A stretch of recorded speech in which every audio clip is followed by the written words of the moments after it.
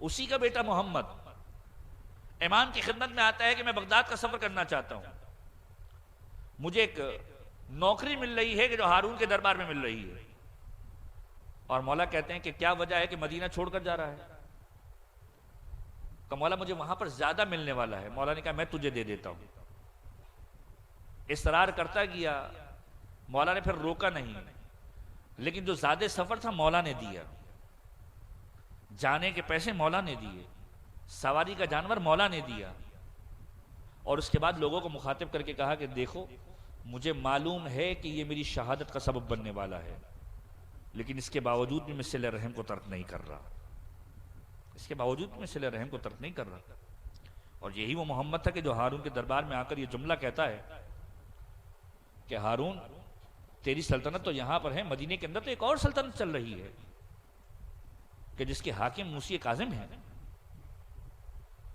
اب تیرا کوئی ماننے والا نہیں ہے۔ وہ باتیں جو اس نے جا کر ہارون الرشید کو کی ہے کہ جس کی بنیاد پر ہارون نے ارادہ کیا ہے سفر کا، اور مدینہ آیا ہے اور مولا کو گرفتار کر کے ایک مرتبہ کہا ہے کہ لے کر چلو، یہاں تک کہ مولا کو جس سواری پر سوار کروایا گیا ہے، پہلے بصرہ لے جایا گیا،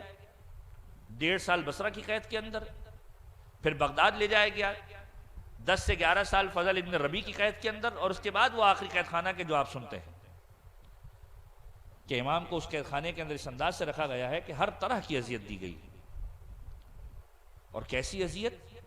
جسمانی اذیت تو اپنے مقام پر کہ بیڑیاں اتنی بھاری ہیں کہ منوں کے اعتبار سے وزن تحریر کیا ہوا ہے کتابوں کے اندر کہ امام کے پاؤں کے اندر اس انداز سے بیڑیاں ڈالی گئی۔ لیکن دوسری اذیت کیا ہے؟ سادات سے معذرت کرتے ہوئے آپ ذرا سوچئے کہ امام کے لیے کتنا مشکل ہوگا کہ قید خانے کے اندر امام کے ہاتھوں میں ہتکڑیاں ہوں، پاؤں میں بیڑیاں ہوں، اور ملون دربار کھڑے ہو کر زہرا اور اولاد زہرا پر سب و شتم کر رہا ہو۔ کتنا مشکل کام ہوگا امام کے لیے کہ امام اس کیفیت کے اندر اس چیز کو برداشت کر رہے ہوں، کاظمین الغیظ۔ یہ امام ہیں کہ جو اس وقت بھی اپنے لبوں سے جملہ نہیں نکال رہے، وہ امام کے جس کے بارے میں تاریخ نے لکھا ہے کہ قید خانے کے اندر ہر طرح کا حربہ آزمایا گیا ہے امام کو پریشان کرنے کے لیے۔ تاریخ لکھتی ہے، کتابوں کے اندر تحریر ہے کہ ہارون الرشید نے امام کو پریشان کرنے کے لیے جنگل سے وحشی جانوروں جیسے انسانوں کو بلایا تھا، وحشیوں کو بلا کے، حبش کے وحشی لوگوں کو بلا کر شرابیں پلا پلا کر 40 دن تک ہاتھ میں لکڑی دے کر چیزوں کو مارنے کی پریکٹس کروائی تھی، کہ شراب پلا کر نشے کے اندر مختلف چیزوں کو اس انداز سے مروایا جاتا تھا کہ انہیں ہوش نہیں ہوتا تھا کہ کس چیز کو مار رہے اور کیا مار رہے ہیں۔ جب ٹرین کر دیا اس کے بعد ایک مرتبہ کہا کہ اب گویا مارکے کی باری آئی ہے، زندان میں لے جایا گیا ہے، شراب پلائی گئی ہے، اور ہاتھوں میں ایک مرتبہ لکڑیاں دی گئی ہیں کہ جو سامنے چادر نظر آ رہی ہے اسے مارو۔ تاریخ نے لکھا ہے امام نے اپنے چہرے سے صرف چادر کو ہٹایا تھا، امام کے چہرے کو دیکھنا تھا کہ ان حبشی لوگوں نے ہاتھ سے لکڑیوں کو چھوڑ دیا، اور جب سوال کیا کہ کیا وجہ ہے، کیوں نہیں مارتے، اس کے لیے تو تیار کیا گیا تھا کہ یہ وہ ہستی ہے کہ جب ہمارے جنگلوں میں بارش نہیں ہوتی تھی یہی تو آ کر دعا کیا کرتا تھا، یہ ہے کردار اہل بیت، یہی تو آ کر دعا کیا کرتا تھا۔ اب کس طریقے سے مولا کو شہید کیا جائے، کیا طریقہ کار اپنایا جائے، تاریخ نے مختلف روایتیں لکھی ہیں، اور میں کوشش کروں گا یکجا کر کے پڑھ سکوں کہ روایتوں نے لکھا ہے کہ ایک ایسی چادر کے اندر امام کو گویا ڈال کر اس طریقے سے سندھی بن شاہق نے اس چادر کو موڑا ہے کہ گویا امام کی ہڈیاں ٹوٹ گئی ہیں، زہر دیا ہوا ہے، زہر اثر کر رہا ہے۔ روایت کے جملے کہ 22 رجب کو یا 23 رجب کو امام کو زہر دیا گیا ہے، 2 دن تک زہر نے اثر کیا ہے، امام کی حالت متغیر ہوتی رہی ہے۔ طبیب کو بلایا گیا ہے اور طبیب کو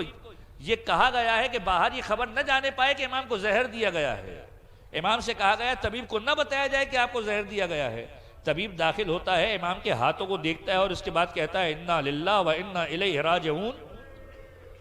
کہ زہر کا اثر امام کے جسم پر نظر آ رہا ہے،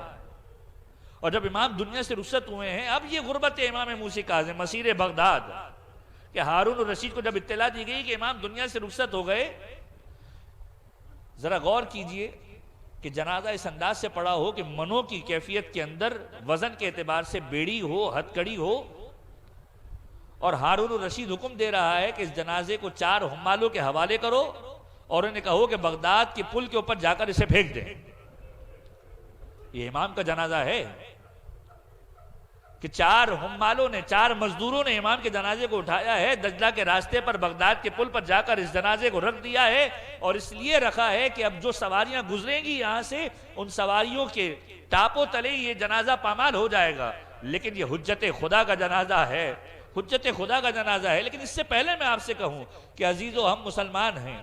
ہم اسلامی مملکت میں رہتے ہیں، ظاہری اعتبار سے اسلام کو آئے ہوئے 180 سال گزر چکے ہیں امام موسی کاظم کے زمانے کے اندر۔ اسلام کو ماننے والے بھی موجود ہیں، اسلام پر عمل کرنے والے بھی موجود ہیں، اور اسلام کا دستور یہ ہے کہ اگر کوئی شخص مسافرت کے عالم میں، غربت کے عالم میں کسی مقام پر دنیا سے رخصت ہو جائے، اس کے غسل و کفن کا انتظام حکومت کیا کرتی ہے،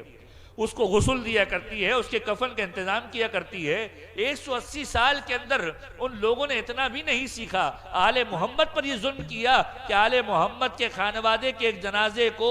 بیڑیوں کے ساتھ، ہتکڑیوں کے ساتھ بغداد کے پل پر رکھا۔ جب سواریاں آگے نہ بڑھی، ہر طرف کی سواری آتی ہے، جنازے کے پاس آ کر رک جاتی ہے، حجت خدا کے جنازے کو پامال نہیں کر سکتی۔ لوگوں نے دیکھا کہ کیا پڑا ہوا ہے، دیکھا کہ ایک چادر کے اندر ایک جنازہ ہے، ہاتھوں میں ہتکڑیاں ہے، پاؤں میں بیڑیاں ہے۔ ایک مرتبہ شور بلند ہوا، بغداد میں آواز آئی، کون ہے؟ کہا رافضیوں کا امام مارا گیا۔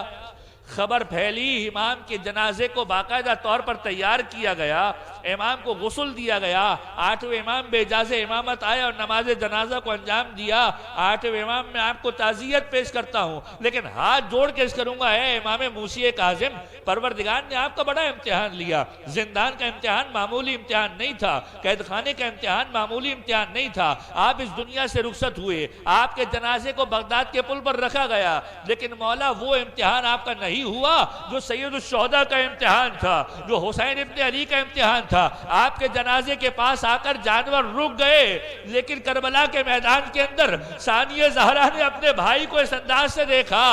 جنازہ گھوڑوں کی ٹاپوں سے پامال ہو رہا تھا، زینب کبریٰ فریاد کر رہی تھی، ہے کوئی جو میرے حسین کو بچا لے؟ زینب دیکھتی رہی، حسین کا جنازہ سامنے پامال۔